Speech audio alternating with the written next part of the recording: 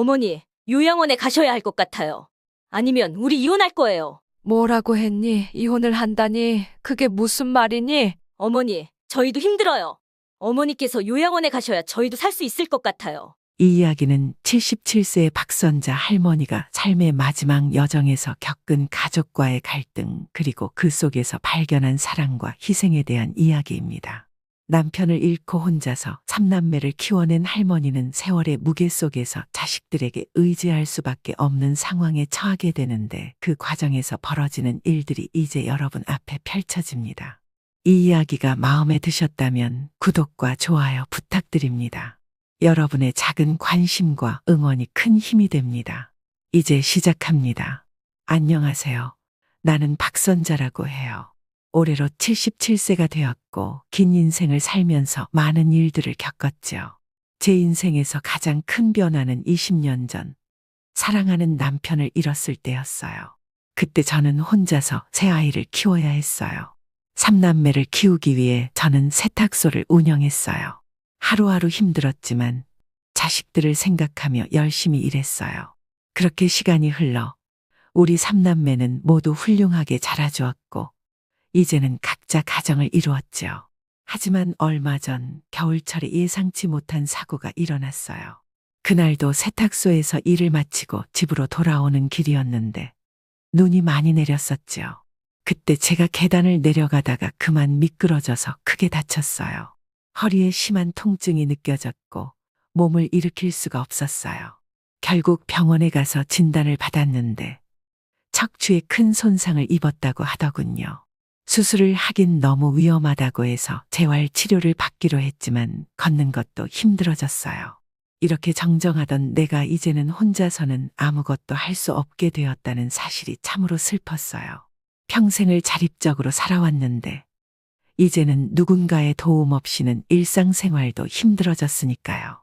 처음에는 자식들에게 도움을 청하는 것이 망설여졌어요. 자식들에게 짐이 되고 싶지 않았거든요.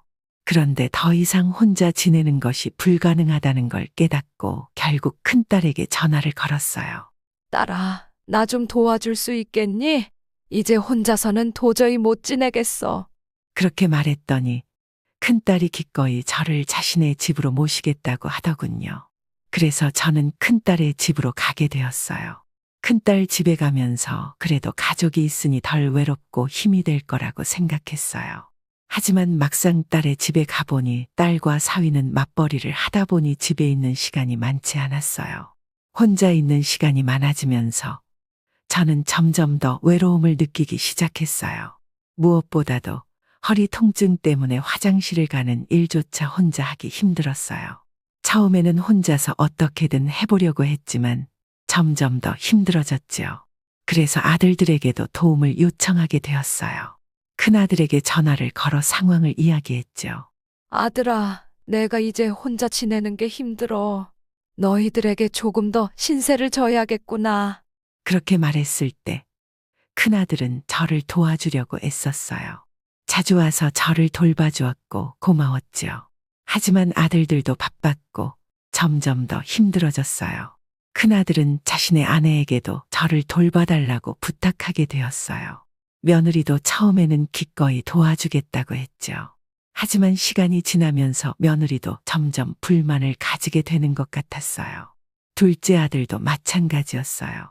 저를 돕기 위해 애썼지만 역시나 바쁜 일상 속에서 저를 돌보는 일이 쉽지 않았어요. 그래서 둘째 아들도 며느리에게 저를 돌보는 일을 부탁하게 되었죠. 이렇게 점점 며느리들의 부담이 커지기 시작했어요. 시간이 지나면서 며느리들의 불만이 점점 쌓여갔어요.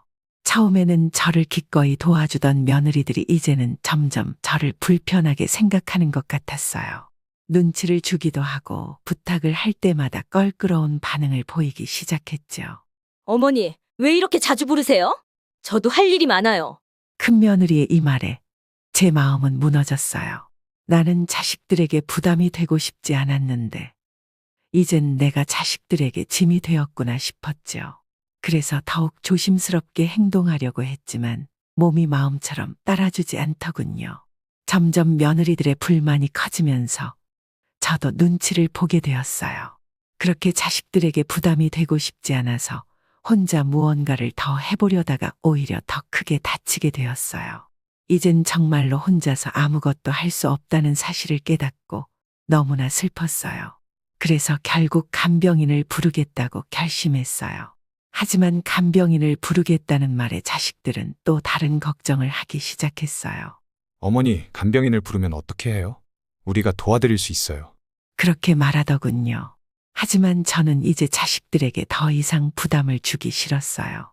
결국 간병인을 부르는 대신 저는 요양원에 가기로 결심했어요. 자식들에게 더 이상 짐이 되지 않으려면 차라리 요양원에서 지내는 것이 낫겠다고 생각했죠. 그런데 이 말을 꺼내기가 참으로 어려웠어요. 자식들이 얼마나 놀랄지 또 얼마나 반대할지 알았거든요. 그래서 결국 용기를 내어 아들들에게 말했어요. 얘들아, 내가 요양원에 가겠다고 결심했어. 이제는 너희들에게 더 이상 짐이 되고 싶지 않아. 큰아들과 둘째 아들은 크게 반대했어요. 어머니, 절대 요양원에 가시면 안 돼요. 저희가 어떻게든 도와드릴게요. 그렇게 말하더군요. 하지만 저는 이미 결심을 굳혔어요. 자식들의 반대를 무릅쓰고 요양원에 가겠다고 했죠. 그런데 이 과정에서 며느리들의 태도가 급변하는 것을 느꼈어요. 요양원에 가겠다고 하니까 오히려 안도하는 것처럼 보였어요. 어머니, 잘 선택하셨어요. 요양원에 가시면 편하게 지내실 수 있을 거예요. 큰 며느리가 그렇게 말하는데 마음이 참으로 씁쓸했어요. 내가 이 집의 짐이 된다는 것을 뼈저리게 느꼈죠. 그래서 요양원에 가기 전에 한 가지 생각을 떠올리게 되었어요. 지금 살고 있는 집을 팔아서 그 돈으로 더 큰 집으로 이사하게 된다면 아들들과 지낼 수 있을 것만 같았어요. 제가 집을 판 돈을 나와 같이 살 자식에게 줘서 큰 집으로 이사하겠다는 말을 꺼냈을 때 며느리들의 태도가 갑자기 바뀌는 것을 느꼈습니다. 며느리들은 그동안 저를 모시고 사는 것에 대해 부담스러워했지만 제가 집을 팔아 돈을 지원한다고 하자마자 며느리들의 반응은 완전히 달라졌어요. 어머니, 정말요? 큰 집으로 이사하면 저희도 편해지겠네요. 작은 며느리가 그렇게 말했을 때 저는 무언가 잘못되었다는 느낌을 받았습니다. 그녀의 눈빛에는 기대와 흥분이 담겨 있었어요. 큰 며느리도 갑자기 활짝 웃으며 어머니, 그렇게 하시면 정말 좋을 것 같아요. 저희도 더 넓은 집에서 지낼 수 있겠네요. 어머니, 이 기회에 저희 집으로 오세요. 라고 말했습니다. 저는 그들이 왜 이렇게 태도를 바꿨는지 알게 되었습니다. 바로 제가 살던 집의 가격이 꽤나 높았기 때문이었죠.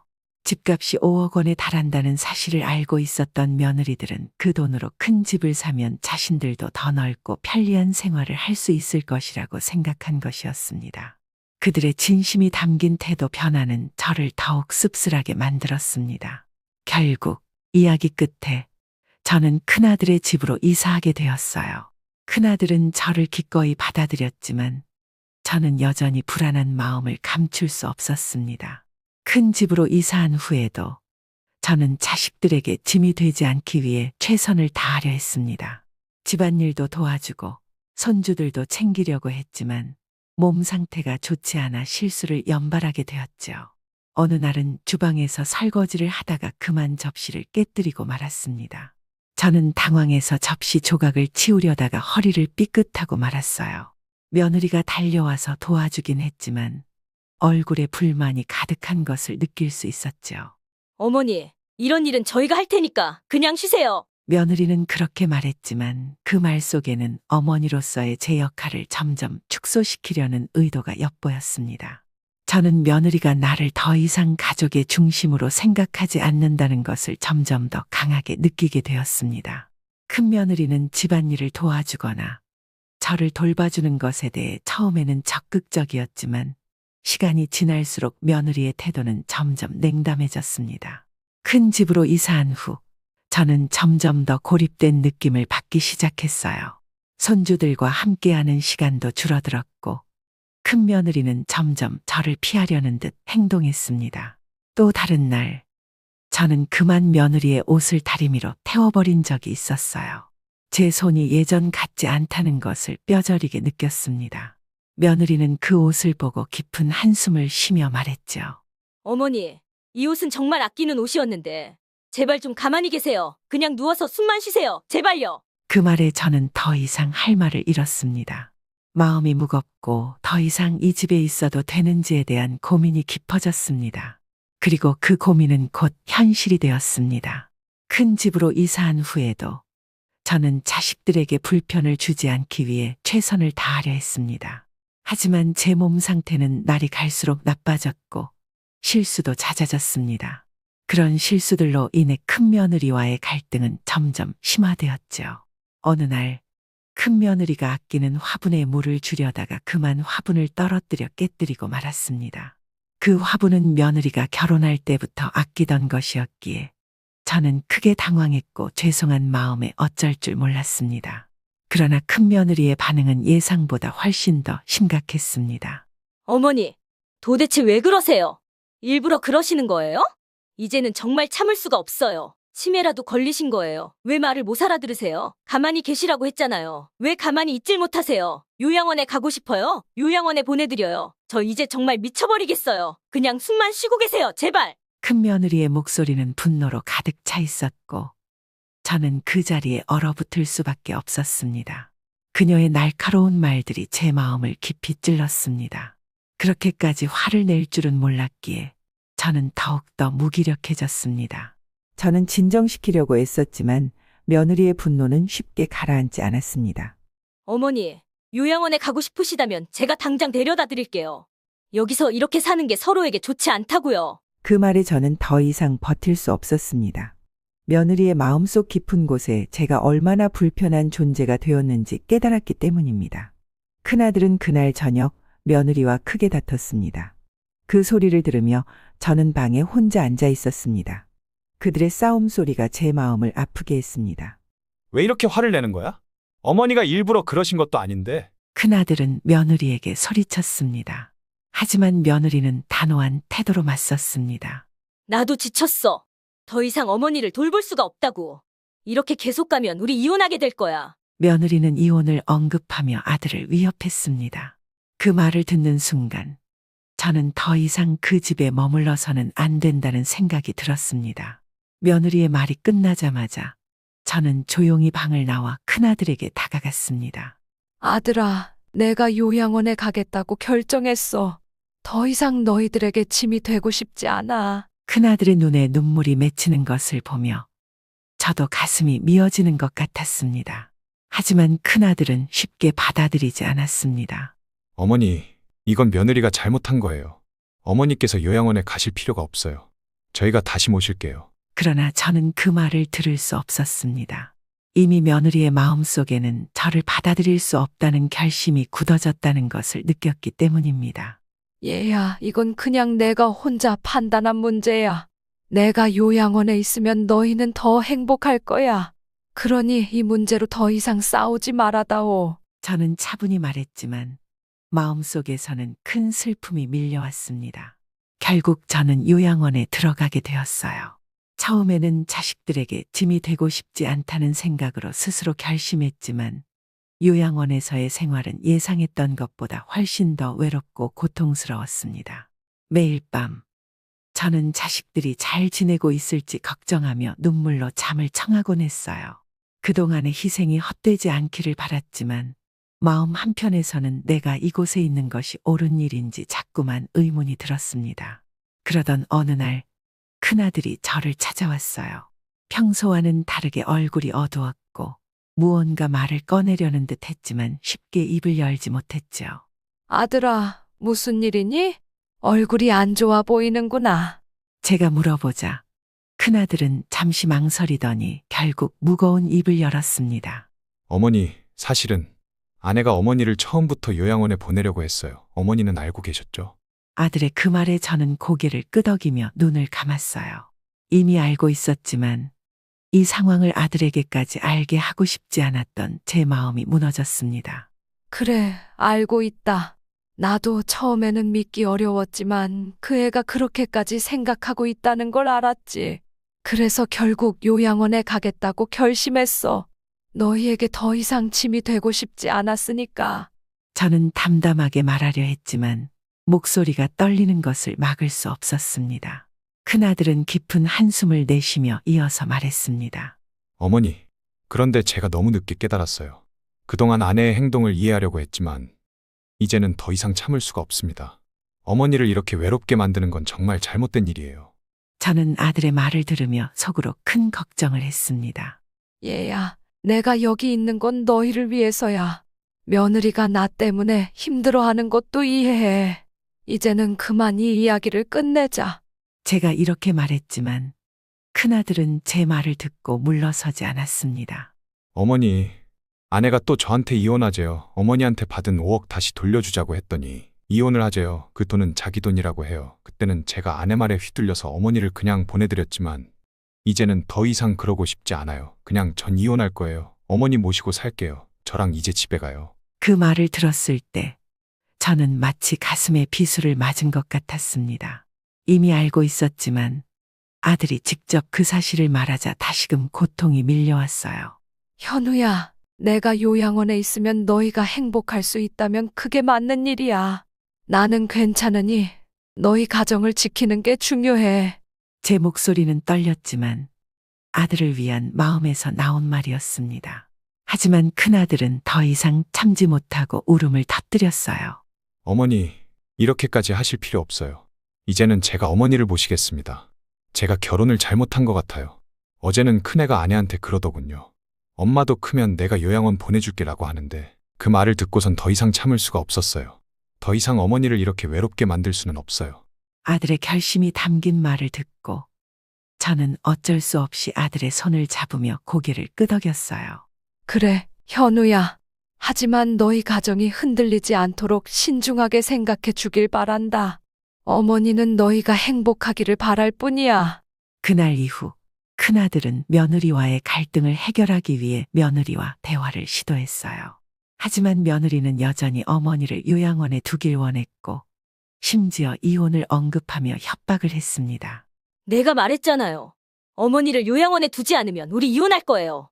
더 이상 어머니를 집으로 데려오는 일은 없을 거예요. 큰 며느리는 단호하게 말했고 큰아들은 참을 수 없는 분노를 느꼈습니다. 이렇게까지 어머니를 힘들게 할 줄은 몰랐어. 나는 어머니를 모시고 싶어. 이혼을 한다면 그것도 감수하겠어. 큰아들의 결심은 굳어졌고 결국 큰 며느리는 자신의 행동을 후회하게 됩니다. 큰아들의 단호한 태도에 큰 며느리는 처음으로 자신의 행동이 얼마나 잘못되었는지 깨닫기 시작했죠. 하지만 이미 너무 많은 상처가 남아버린 상황이었습니다. 큰아들은 결국 큰 며느리와의 이혼을 결심하게 되었고 저를 다시 집으로 모시기로 했습니다. 저는 아들의 결정을 존중했지만 그 과정에서 생긴 모든 상처와 고통이 마음을 무겁게 했습니다. 작은 아들도 이 소식을 듣고 저를 모시겠다고 했지만 저는 그저 자식들이 서로 화합하고 행복하기를 바랐어요. 얘들아, 내가 너희와 함께 있을 수 있어 다행이지만 더 이상 너희 가정에 불화가 생기지 않기를 바란다. 어머니는 그저 너희가 행복하게 살아가는 모습을 보고 싶을 뿐이야. 그렇게 저는 다시 자식들의 집으로 돌아가게 되었고 그들의 따뜻한 손길을 받으며 새로운 시작을 맞이하게 되었습니다. 요양원에서의 외로운 시간은 끝났지만 자식들이 함께 행복하게 살아가는 것이야말로 저에게는 가장 큰 기쁨이었습니다. 제 모든 것을 되돌아보면 제 인생에서 가장 중요한 것은 가족이었습니다. 남편을 잃고 홀로 3남매를 키우며 살아온 지난 세월은 결코 쉬운 길이 아니었어요. 하지만 그 모든 고난을 견딜 수 있었던 이유는 자식들이 있었기 때문이었죠. 그들이 잘 자라주고 자신의 삶을 잘 살아가고 있는 모습을 보며 저는 늘 자부심을 느꼈습니다. 그러나 시간이 흐르고 제가 나이가 들어가면서 상황은 달라졌습니다. 몸이 약해지고 더 이상 혼자서 모든 것을 해낼 수 없게 되면서 자식들에게 의지할 수밖에 없게 되었어요. 그 과정에서 자식들도 며느리들도 힘들어했고 저 또한 그들의 부담이 되고 싶지 않다는 생각에 마음이 무거웠습니다. 결국 요양원에 들어가기로 결심했을 때 저는 제 결심이 자식들을 위한 최선의 선택이라고 생각했어요. 하지만 요양원에서의 생활은 제가 생각했던 것보다 훨씬 더 외롭고 고통스러웠습니다. 그곳에서 지내며 자식들이 찾아와 주기만을 기다렸지만 그마저도 쉽지 않았죠. 그러나 큰아들이 진심으로 저를 다시 집으로 모시겠다고 결심한 이후 모든 상황이 조금씩 달라지기 시작했습니다. 큰아들은 자신의 가정을 지키기 위해 최선을 다했지만 결국 큰며느리와의 갈등을 해결하지 못하고 이혼을 결심하게 되었어요. 작은아들도 저를 모시겠다고 했지만 저는 그저 자식들이 더 이상 불행해지지 않기를 바랄 뿐이었어요. 이 모든 과정에서 저는 많은 것을 배웠습니다.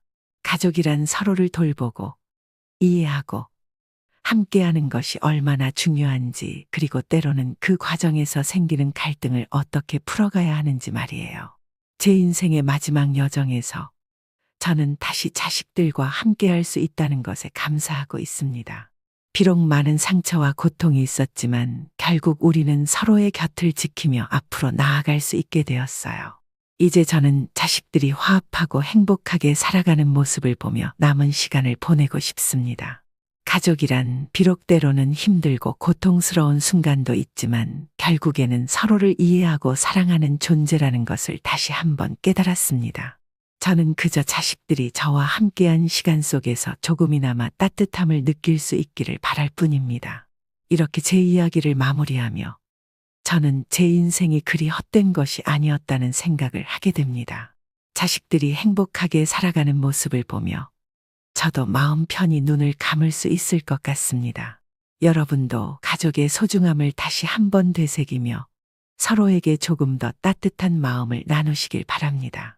사연은 여기까지입니다. 이야기를 더 듣고 싶으시다면 구독과 좋아요, 알림 설정을 해주시면 더 좋은 사연으로 찾아뵙겠습니다. 지금까지 행복한 인생 채널이었습니다. 감사합니다.